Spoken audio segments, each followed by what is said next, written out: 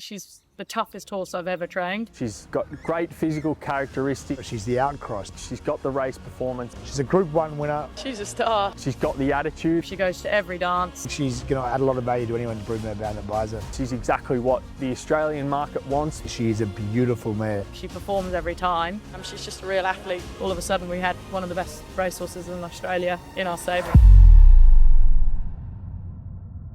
It's interesting buying a filly out of the paddock. It was very casual, they hadn't been prepped. It was all just about movement and that athleticism, and she had that. She looked like a filly that could get up and run early, and that's what piqued our interest. She's just got the best personality. If a horse could smile, she'd be smiling all the time. She comes out of her box full of enthusiasm every morning. She never has an off day.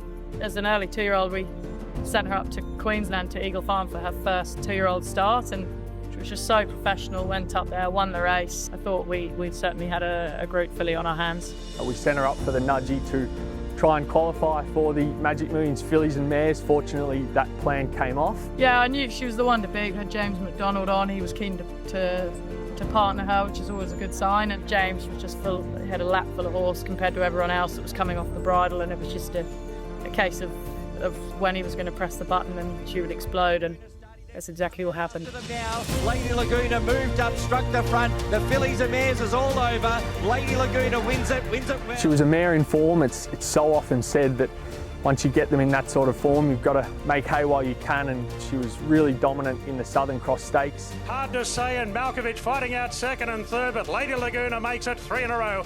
108.74 and a sprint home in 32.48. Knocked off in the Millie Fox, but it turned out to be a good form race. Zugotcha's been a terrific race filly. She went on to win consecutive Group 1s after that day. Zugotcha ran down the favourite Lady Laguna. Madame Pomrier clear third. Most horses would then go to the paddock after the prep she'd had, but she just kept going, and obviously won the Group 1 weight for age Canterbury Stakes, beating an Everest winner. So it was pretty exciting that she'd just gone to this whole another level, and all of a sudden we had one of the best racehorses in Australia in our stable. Lady Laguna hits the lead. Lady Laguna got a length in front of Think About It and Espiona, and Lady Laguna causes an upset in the Canterbury Stakes. Lady Laguna by a length and a half.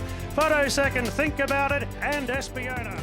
I felt the filly really deserved it. She's the toughest horse I've ever trained.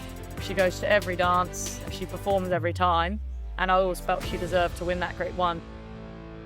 She backed it up a fortnight later in the George Ryder. She went down a nose again at weight for age Group 1 level, and I think she really stamped herself as a genuine Group 1 horse. And Lady Laguna, V8, Lady Laguna, She's got great physical characteristics. She's got the race performance, and she's got the attitude. I think she's exactly what the Australian market wants, but she wouldn't look out of place internationally. Genetically, I really love Lady Laguna's pedigree. The dominant size, close up in her pedigree. I'm Invincible and Costa de la Gazabille. She comes from a great female line, the very famous Blandford stud female line. The thing about Lady Laguna that makes her so rare is she's the outcross. If you look at in Australia, the vast majority of stallions in the elite echelon, she's able to go to, and she'll suit both genetically and physically. And I think that's very important. When you're paying a lot of money for a mare, you want to be able to have that optionality, and I think that's very important. We're obviously extremely proud of her Group 1 victory, but I think we're most proud of her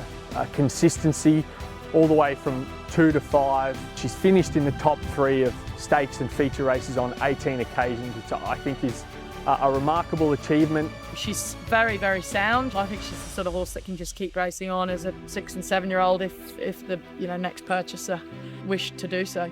I think if she can pass on her tenacity and her strength to her foals, that willingness to be a racehorse and that willingness to win and that soundness, then her foals are going to have a big future.